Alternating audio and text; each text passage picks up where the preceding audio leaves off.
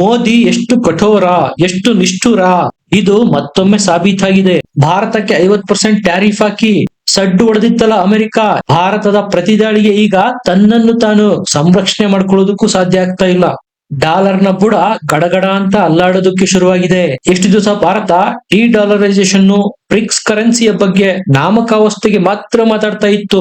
ಈಗ ಭಾರತ ಬಲಿಷ್ಠವಾಗಿ D dollarisation, BRICS currency ಬಗ್ಗೆ ಮಾತಾಡೋದಕ್ಕೆ ಶುರು ಮಾಡಿದೆ. ಇದಕ್ಕೆ ಮೊದಲ ಹೆಜ್ಜೆ ಅನ್ನುವಂತೆ ತನ್ನ ವಿದೇಶಿ ಮುದ್ರಾ ಭಂಡಾರದಲ್ಲಿರ್ತಕ್ಕಂತಹ ಡಾಲರ್ನ ಮಾರೋದಕ್ಕೆ ಭಾರತ ಮುಂದಾಗಿರೋದು.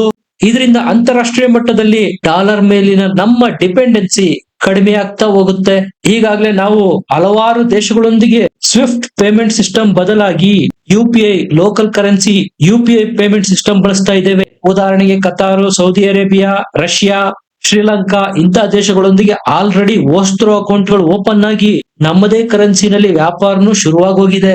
ಭಾರತ ಈಗ ಯಾಕೆ ಈ ದಿಟ್ಟ ಕ್ರಮ ಕೈಗೊಳ್ತಾ ಇದೆ? ನಿಮಗೆ ನೆನಪಿರ್ಬೋದು, ಈ ಹಿಂದೆ ಚೈನಾ ಸಹ 45-50 ಬಿಲಿಯನ್ ಡಾಲರ್ ನಲ್ಲಿದ್ದ ಟ್ರೆಜರಿ ಬಿಲ್ ಗಳನ್ನ, ಬಾಂಡ್ ಗಳನ್ನ ಇದ್ದಕ್ಕಿದ್ದಂತೆ ರಾತ್ರೋರಾತ್ರಿ ಮಾರಾಕಿತ್ತು ಅಮೆರಿಕಕ್ಕೆ. ನೀವು ಬೇಡ, ನಿಮ್ ಡಾಲರ್ ಬೇಡ ಅಂತ. ಡಾಲರ್ ಮಾರೋದ್ರಿಂದ ಏನಾಗುತ್ತೆ? ಪ್ರಪಂಚದ ಮಾರುಕಟ್ಟೆನಲ್ಲಿ ಡಾಲರ್ಗೆ ಡಿಮ್ಯಾಂಡ್ ಕಡಿಮೆ ಆಗ್ತಾ ಹೋಗುತ್ತೆ. ಇದು ಇಂಡೈರೆಕ್ಟ್ ಆಗಿ ಅಮೆರಿಕಕ್ಕೆ ಹೊಡೆತ ಕೊಟ್ಟಂತೆ ಇತರ ಕರೆನ್ಸಿಗಳ ಮುಂದೆ ಡಾಲರ್ ಕುಸಿಯೋದಕ್ಕೆ ಶುರುವಾಗುತ್ತೆ. ಈಗ ಭಾರತ ಸಹ ಈ ಹಿಂದೆ ಚೀನಾ ತುಳಿದ ದಾರಿಯನ್ನೇ ತುಳಿದಿದೆ. RBI ಅದೇ ಕೆಲಸ ಶುರು ಹಚ್ಕೊಂಡಿದೆ. ಇದು ಯಾವುದು ರಾತ್ರೋರಾತ್ರಿ ಆಗಿರೋದಲ್ಲ. ನಿಮಗೆ ಗೊತ್ತಿದ್ದಂತೆ ಈ ಹಿಂದೆ ಬ್ರಿಟನ್ ಬ್ಯಾಂಕಿನಲ್ಲಿದ್ದ 100 ಟನ್ನಷ್ಟು ಚಿನ್ನನ ಭಾರತ ವಾಪಸ್ ತರಿಸಿಕೊಂಡಿದೆ. ಕಂಡೆಲ್ಲ ಚಿನ್ನ ಖರೀದಿ ಮಾಡೋದಕ್ಕೆ ಶುರು ಮಾಡಿದ ಭಾರತ. ಡಾಲರ್ಗೆ ಜಾಸ್ತಿ ಪ್ರಾತಿನಿಧ್ಯ ಕೊಡೋದ್ರಿಂದ ನಾವೇ ಇಲ್ಲದ ಡಿಮ್ಯಾಂಡ್ ನ ಡಾಲರ್ಗೆ ಸೃಷ್ಟಿ ಮಾಡಿಕೊಟ್ಟಂತೆ, ಇಲ್ಲದ ಹೈಪ್ ನ ಡಾಲರ್ಗೆ ಕ್ರಿಯೇಟ್ ಮಾಡಿದಂತೆ. ಇದರ ಫಲ ಯಾರಿಗೆ ಸಿಗೋದು? ಅಮೆರಿಕಕ್ಕೆ. ಯಾಕಂದ್ರೆ ಡಾಲರ್ ಅಮೆರಿಕದ ಕರೆನ್ಸಿ. ಇದು ಹೇಗಾಗುತ್ತಪ್ಪ ಅಂದ್ರೆ, ನಮ್ಮ ರೂಪಾಯಿ ಸ್ಥಳೀಯ ಕರೆನ್ಸಿಯ ಬೆಲೆಯನ್ನ ನಾವೇ ಡಿವ್ಯಾಲ್ಯೂಯೇಷನ್ ಮಾಡ್ಕೊಂಡಂಗೆ ಅವರಿಗೆ ಅವರ ಕರೆನ್ಸಿಗೆ ಪ್ರಮೋಷನ್ ಕೊಡೋ ಮೂಲಕ ನಮ್ಮ ಕರೆನ್ಸಿಯ ಡಿಮೋಷನ್ ಮಾಡ್ಕೊಂಡಂತೆ. ಇದು ಡಾಲರ್ ಯೂನಿವರ್ಸಲಿ ಅಕ್ಸೆಪ್ಟೆಡ್ ಕರೆನ್ಸಿ. ಹಾಗಾದ್ರೆ ನಾವು ಡಾಲರ್ ಪಾದಕ್ಕೆ ಶರಣಾಗೋದನ್ನ ಬಿಟ್ಟು ಬೇರೆ ಗತಿನೇ ಇಲ್ವಾ ಅಂತ ಕೇಳಿದ್ರೆ ಇದೆ. ನಾನಾ ರಸ್ತೆಗಳಿದಾವೆ. ಅದರಲ್ಲಿ ಗೋಲ್ಡ್ ಪರ್ಚೇಸ್ ಒಂದು. ನಮ್ಮ ವಿದೇಶಿ ಮುದ್ರಾ ಭಂಡಾರದಲ್ಲಿ ಗ್ರಾಜುಯಲಿ ನಾವು ಡಾಲರ್ ನ ಡಿಕ್ರೀಸ್ ಮಾಡಬಹುದು, ಗೋಲ್ಡ್ ನ ಇನ್ಕ್ರೀಸ್ ಮಾಡುವ ಮೂಲಕ. ಇನ್ನು ಮುಂಬರುವ ಕೆಲವೇ ವರ್ಷಗಳಲ್ಲಿ ಭಾರತದ ವಿದೇಶಿ ಮುದ್ರಾ ಭಂಡಾರದ ಸಿಂಹಪಾಲು ಸಂಗ್ರಹ ಗೋಲ್ಡ್ ನಲ್ಲೇ ಇರಲಿದೆ. ನೋಡ್ತಾ ಇರಿ. ಇದು ನಾವು ಪಡೆದಿರ್ತಕ್ಕಂತಹ ಸಾಲದ ಮೇಲೆ ಇಂಪ್ಯಾಕ್ಟ್ ಆಗುತ್ತೆ. ಈಗ $1ಗೆ 88 ರೂಪಾಯಿ ಇದೆ. ನಾವು $1 ಸಾಲ ಪಡೆದಿದೀವಿ ಅಂದ್ರೆ ನಾವು 88 ರೂಪಾಯಿ ಸಾಲ ಪಡೆದಿದೀವಿ ಅಂತ ಅರ್ಥ. ಡಾಲರ್ಗೆ ಜಾಸ್ತಿ ಮನ್ನಣೆ ಕೊಡೋದ್ರಿಂದ ನಮ್ಮ ಕರೆನ್ಸಿ ಡಿಮೋಷನ್ ಆಗುತ್ತೆ. ಅಂದ್ರೆ ನಮ್ಮ ಕರೆನ್ಸಿ ಬೆಲೆ ಕಡಿಮೆ ಆಗ್ತಾ ಹೋಗುತ್ತೆ. ಅದು 90, 95 ಈ ರೀತಿ ಹೋಯ್ತು ಅಂದ್ರೆ ನಾವು ಪಡೆದಿರ್ತಕ್ಕಂತಹ ಸಾಲದ ಮೌಲ್ಯ ಸಹ ಹೆಚ್ಚುತ್ತಾ ಹೋದಂತೆ ತಾನೇ ಅರ್ಥ. ಅದೇ ನೀವು ಡಾಲರ್ ಬಳಕೆನೇ ಕಡಿಮೆ ಮಾಡಿದ್ರೆ ನಿಮ್ಮ ಕರೆನ್ಸಿ ವ್ಯಾಲ್ಯೂನು ಜಾಸ್ತಿ ಆಗುತ್ತೆ. ಅಂದ್ರೆ ಡಾಲರ್ ಎದುರು ನಿಮ್ಮ ಕರೆನ್ಸಿ ಸ್ಟ್ರಾಂಗ್ ಆಗ್ತಾ ಹೋಗುತ್ತೆ. ಈಗಿರ್ತಕ್ಕಂಥ 88 ರೂಪಾಯಿ, 86, 85 ಈ ರೀತಿ ಬಂದಾಗ ನಿಮ್ಮ ಸಾಲ ಸಹ ಅದೇ ದರದಲ್ಲಿ ಕಡಿಮೆ ಆಗ್ತಾ ಹೋಗುತ್ತೆ. ನಾನು ಒಟ್ಟು ಮೊತ್ತ ಹೇಳ್ತಾ ಇರೋದು.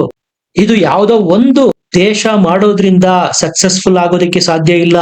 ಈ ಕೆಲಸ ಡಾಲರ್ನ ದೂರ ಇಡೋ ಕೆಲಸ ಇದೆಯಲ್ಲ, ಇದು ಬೆಕ್ಕಿನ ಕುತ್ತಿಗೆಗೆ ಗಂಟೆ ಕಟ್ಟೋ ಕೆಲಸ. ಹನಿ ಗೂಡಿದ್ರೇನೆ ಹಳ್ಳ ಆಗೋದು. ಭಾರತ ಶುರು ಮಾಡಿದೆ ಈಗ ಪ್ರಯತ್ನ. ನಂತರ ಇದು ಪ್ರಪಂಚದಾದ್ಯಂತ ಸ್ಪ್ರೆಡ್ ಆಗೋ ಮೂಲಕ ಲೋಕಲ್ ಕರೆನ್ಸಿಗಳು ಡಾಲರ್ ಎದುರು ಸ್ಟ್ರಾಂಗ್ ಆಗ್ತಾ ಹೋಗುತ್ತೆ. ಇವೆಲ್ಲ ಪಾಸಿಟಿವ್ ಪರಿಣಾಮಗಳು ಡಾಲರ್ ಮೇಲಿನ ಡಿಪೆಂಡೆನ್ಸಿ ಕಡಿಮೆ ಮಾಡೋದ್ರಿಂದ ನಮ್ಮ ಅರ್ಥವ್ಯವಸ್ಥೆ ಮೇಲಾಗುತ್ತೆ.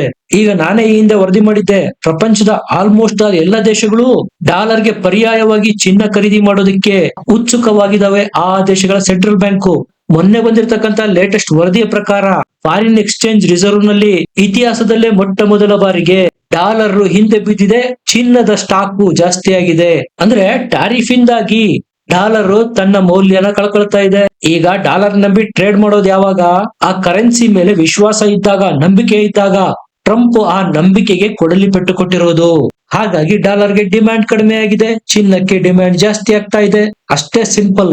ನಿಮ್ಮ ಕರೆನ್ಸಿ ಮತ್ತು ಗೋಲ್ಡ್ ಇವೆರಡು ಡೈರೆಕ್ಟ್ಲಿ ಪ್ರಪೋರ್ಷನಲ್. ಯಾವ ದೇಶದ ಬಳಿ ಗೋಲ್ಡ್ ರಿಸರ್ವ್ ಜಾಸ್ತಿ ಇರುತ್ತೋ ಆ ದೇಶದ ಕರೆನ್ಸಿ ಸ್ಟ್ರಾಂಗ್ ಆಗಿರುತ್ತೆ. ಚೀನಾನೇ ತಗೊಳ್ಳಿ, ಜರ್ಮನಿ ತಗೊಳ್ಳಿ, ಜಪಾನ್ ತಗೊಳ್ಳಿ, ಈ ಎಲ್ಲಾ ದೇಶಗಳು ಸಾವಿರಾರು ಟನ್ ಗಟ್ಲೆ ಚಿನ್ನನ ಸಂಗ್ರಹಿಸಿಟ್ಟುಕೊಂಡಿದ್ದಾವೆ. ಸಹಜವಾಗಿ ಅಲ್ಲಿಯ ಕರೆನ್ಸಿಗಳು ನಮ್ಮ ಕರೆನ್ಸಿಗೆ ಕಂಪೇರ್ ಮಾಡ್ಕೊಂಡ್ರೆ ಡಾಲರ್ ಎದುರು ಸ್ಟ್ರಾಂಗ್ ಇದಾವೆ. ಇನ್ನೊಂದು ಪಾಸಿಟಿವ್ ಏನಪ್ಪಾ ಇದರಿಂದ ಅಂದ್ರೆ ಡಾಲರ್ ಬೆಲೆ ಏರಿಳಿತ ಆಗ್ಬೋದು, ಆದ್ರೆ ಗೋಲ್ಡ್ ಆಗಲ್ಲ, ಅದು ಏರ್ತಾನೆ ಹೋಗುತ್ತೆ. ಸಿಂಪಲ್, ಡಾಲರ್ ನ ಅಸ್ತಿತ್ವ ಇರೋದು ನಂಬಿಕೆಯ ಮೇಲೆ.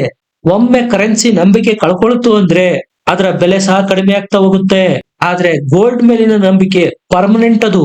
ಹಾಗಾಗಿ ಈಗ ಎಲ್ಲ ದೇಶಗಳು ಡಾಲರ್ಗೆ ವ್ಯತಿರಿಕ್ತವಾಗಿ ಗೋಲ್ಡ್ ಮೇಲೆ ಕಾನ್ಸಂಟ್ರೇಟ್ ಜಾಸ್ತಿ ಮಾಡ್ತಾ ಇದಾವೆ. ಅಮೆರಿಕಕ್ಕೆ ಚಿಂತೆ ಯಾಕೆ ಗೊತ್ತಾ ಶುರುವಾಗಿರೋದು? ಭಾರತ, ಚೀನಾ ಮತ್ತು ರಷ್ಯಾ ಈ ಮೂರೇ ದೇಶಗಳಲ್ಲಿ ಪ್ರಪಂಚದ ಸಿಂಹಪಾಲು ಡಾಲರ್ ರಿಸರ್ವ್ ಇರೋದು. ಅದನ್ನ ಈ ದೇಶಗಳು ಮಾರೋದಕ್ಕೆ ಶುರು ಮಾಡಿದ್ವು ಅಂದ್ರೆ ಡಾಲರ್ ಪಾತಾಳಕ್ಕೆ ಕುಸಿಯೋದನ್ನ ತಪ್ಪಿಸೋದಕ್ಕೆ ಯಾರಿಂದಲೂ ಸಾಧ್ಯ ಇಲ್ಲ. ಗುಂಡಿ ತೋಡಾಗಿರುತ್ತೆ, ಮಣ್ಣು ಮುಚ್ಚೋದೊಂದೇ ಬಾಕಿ, ಚಿನ್ನ ಖರೀದಿ ಮಾಡೋದೇ ಸೇಫ್. ಈಗ ರಷ್ಯಾದ ಮೇಲೆ ಹಾಕಿಲ್ವ ಪ್ರತಿಬಂಧ, ಸ್ಯಾಂಕ್ಷನ್ಸ್, ರಷ್ಯಾದ ದುಡ್ಡಿರ್ತಕ್ಕಂತಹ ಅಮೆರಿಕದ ಎಲ್ಲ ಬ್ಯಾಂಕ್ಗಳನ್ನು ಫ್ರೀಸ್ ಮಾಡಾಕಿದ್ದಾರೆ. ಅವ್ರ ಹತ್ರ ಡಾಲರ್ ಇದೆ, ಖರ್ಚು ಮಾಡೋದಕ್ಕಾಗಲ್ಲ. ಇಂಥ ಪರಿಸ್ಥಿತಿ ನಮ್ಮ ಮೇಲೂ ಬರಬಹುದು ಮುಂದೆ. ಇದರಿಂದ ಬಚಾವ್ ಆಗ್ಬೇಕು ಅಂದ್ರೆ ಡಾಲರ್ ನ ಸಂಗ್ರಹ ಕಡಿಮೆ ಮಾಡ್ಬೇಕು, ಗೋಲ್ಡ್ ನ ಸಂಗ್ರಹ ಜಾಸ್ತಿ ಮಾಡ್ಬೇಕು. ನಮ್ಮ ಕರೆನ್ಸಿನ ನಾವು ಇಡೀ ಪ್ರಪಂಚದಾದ್ಯಂತ ಯೂನಿವರ್ಸಲ್ ಅಕ್ಸೆಪ್ಟಬಲ್ ಕರೆನ್ಸಿ ಮಾಡೋದಕ್ಕೆ ಆಗದೆ ಹೋದ್ರು ಗ್ಲೋಬಲ್ ಸೌತ್ ಅಲ್ಲಾದ್ರೂ ಪ್ರಯತ್ನ ಯಾಕೆ ಮಾಡಬಾರ್ದು? ಪರ್ಚೇಸಿಂಗ್ ಪವರ್ ಪ್ಯಾರಿಟಿನಲ್ಲಿ ಈಗ ಆಲ್ರೆಡಿ ಭಾರತ 3ನೇ ಅತಿ ದೊಡ್ಡ ದೇಶ.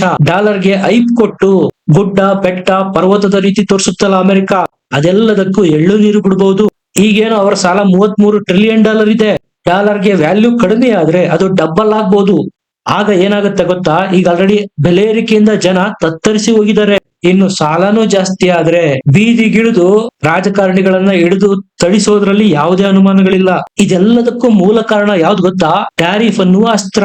ನೀವು ಅಮೆರಿಕದ ಬ್ಯಾಕ್ ಬೋನ್ ಡಾಲರ್ಗೆ ಎಲ್ಲಿಯವರೆಗೂ ಪ್ರಹಾರ ಮಾಡೋದಿಲ್ವೋ ಅಲ್ಲಿಯವರೆಗೂ ಈ ರೀತಿಯ ಟ್ಯಾರಿಫ್, ಸ್ಯಾಂಕ್ಷನ್ ಅನ್ನುವ ದರ್ಪ ದೌಲತ್ತು ತೋರಿಸ್ತಾನೆ ಇರುತ್ತೆ ಅಮೆರಿಕ. ನಾನು ಈ ಹಿಂದೆನೆ ನಿಮಗೆ ಒಂದು ವಿಡಿಯೋದಲ್ಲಿ ಎಕ್ಸ್ಪ್ಲೈನ್ ಮಾಡಿದ್ದೆ.